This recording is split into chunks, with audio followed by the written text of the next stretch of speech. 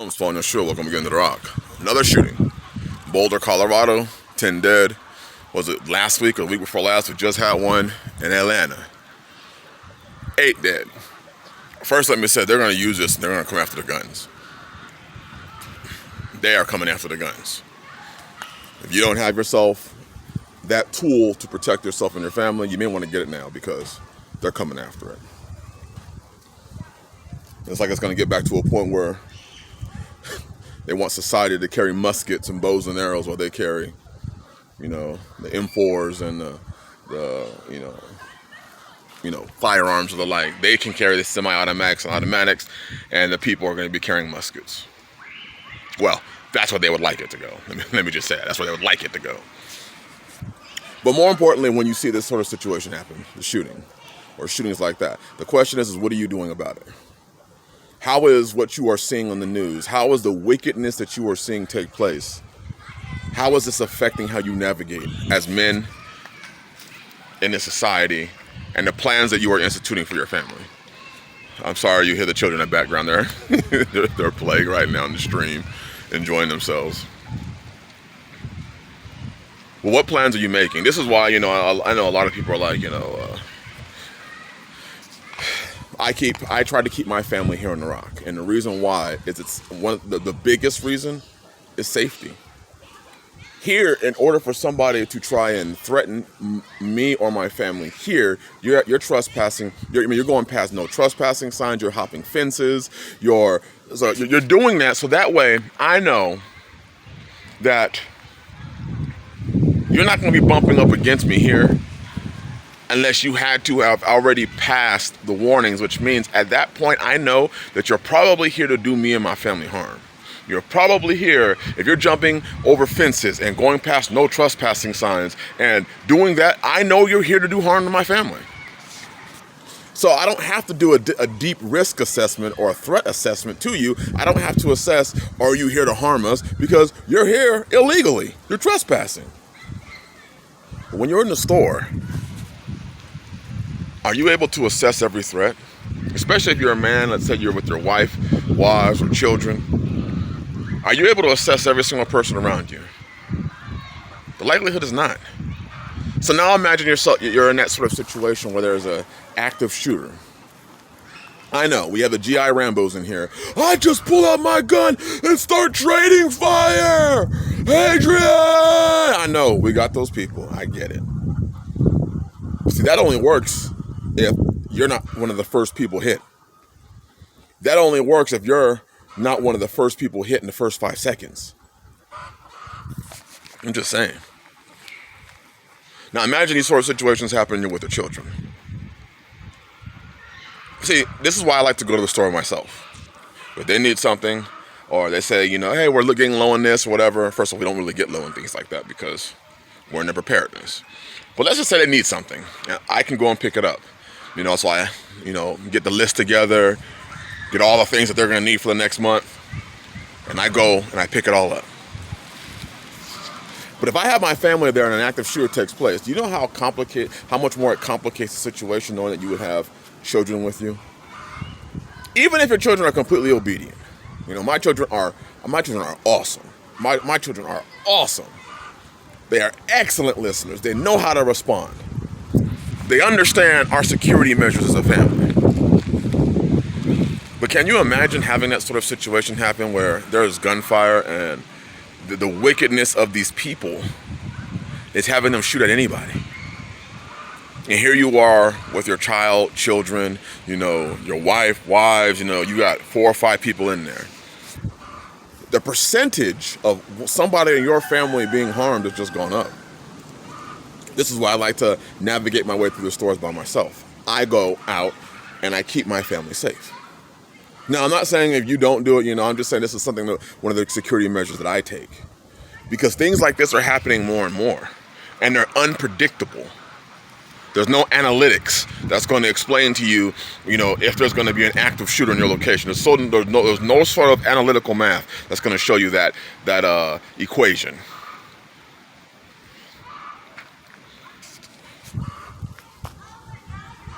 So what plans are you making? If you do have your family, and your family has to go out, your wife has to go out.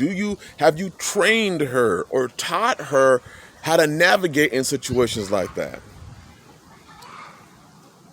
Have you explained to her what to do if she hears a bang?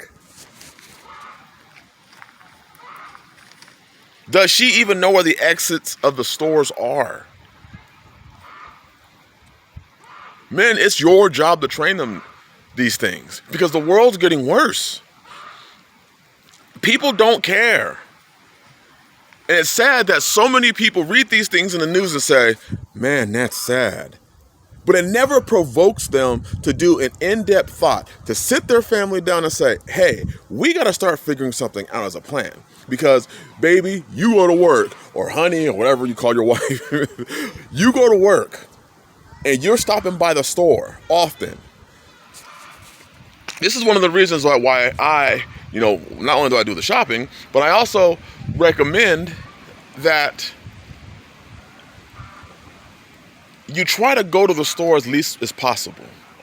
What I mean by that is, rather than going to the store to pick up a bottle of seasoning, why not buy 5 or 6 bottles of that same seasoning? So you don't have to go to the store every week. You can limit your stops at the grocery store to once a month, because you shop in bulk. But that would require preparedness. That would require you to plan your meals ahead of time. To have a plan, buy what you need for that month so that you have everything stored up. So you're mitigating, you're removing one of the greatest threats, and that's you being in position to be threatened. That's one of the greatest threats. If you remove yourself from that grocery store, those things likely won't affect you. You're the person that'll watch what happened, or read about what happened in the newspaper, or you'll watch it in the news, and you'll say, man, I'm thankful I wasn't there. But it doesn't seem like we learn from these sort of situations. It just seems like we say it and say, woo, I'm glad it didn't happen in my grocery store. Let me not change a thing. But the world's getting worse. These things are happening regularly, and it's not the guns. You can take away whatever you want to take away from people. You can't stop sin. You can't stop wickedness. There was murders going on well before we had firearms. Well, we wouldn't have mass casualty situations. Yes, we would. Look at what's happening, in Europe, where people are running around with machetes and altering people's lives. Taking a machete to somebody, taking a blade to somebody will alter their life forever.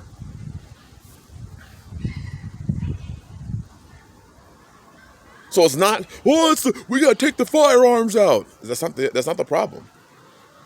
In fact, the problem you can't stop. You can't stop sin. You can't stop people from being wicked. You can't stop wickedness, because as a country, as a world, there is no repentance. There is no recompense. So things are going to get worse. You can't stop it. What you can do, though, is prepare yourself for it. Prepare yourself for what is happening. I think it's in the book of Proverbs where it says the fool or the lazy man says there's a lion in the streets, but he does nothing about it. He doesn't do anything about the threats that he sees. The prudent man foresees the evil and hides himself. The foolish one passes on and is punished. If you're prudent, you can foresee the evil that's taking place right now. You know it's not going to get any better. So start finding ways to hide yourself. Start finding ways where you aren't the person that is always having to look over your back or over your shoulder. And if you do have to go to the grocery store, have a plan. Stop wandering in there like a deaf, blind animal. I can't believe, just today going through the store, I couldn't believe how many people walk around the store with their headphones in their ears. Literally. Hands on their cell phones, talking on their cell phone, walking through the store. Completely, the ability for them to assess threats is gone. Which means your reaction time goes down. which means your ability to make a conscious, wise decision based on the information, the intel that you were able to gather in a situation like that drops significantly. You put yourself at a higher risk to be harmed. We can't be dumb, blind fools anymore, wandering around thinking that everything's going to be okay. As the world gets worse, we as men have to step up and say, well, then we have to start making more and more plans. We have to start taking the protection of our families with the utmost seriousness. And stop thinking it'll never happen to me. Because I guarantee you, every single time one of these shootings happen, and people's lives are altered, and people's lives are destroyed, and families are broken up, and they arrest the perp and escort him to jail. Every time that happens, I guarantee you the victims did not believe it was going to happen to them. They were unaware, which is why these sick-ass people tend to choose these destinations, to choose these locations, because they know the people are either not armed, the people are unaware, and they're not paying attention. We've got to be more wise. We've got to be more prudent as Yah's people. And stop pretending like this shit's going to get better, because it's not. Innocent people are losing their lives. And there's nothing you can do to stop this sin. But protect yourself. Protect your family. Be aware. And do what you can do in the times that we are in. Already, President Joe Biden is already using this to go after the semi-automatic rifles and weapons. I sure hope that you have gotten yourself ready and continue to get yourself ready, because things are getting worse and worse and worse. Bless y'all. Man. Shalom.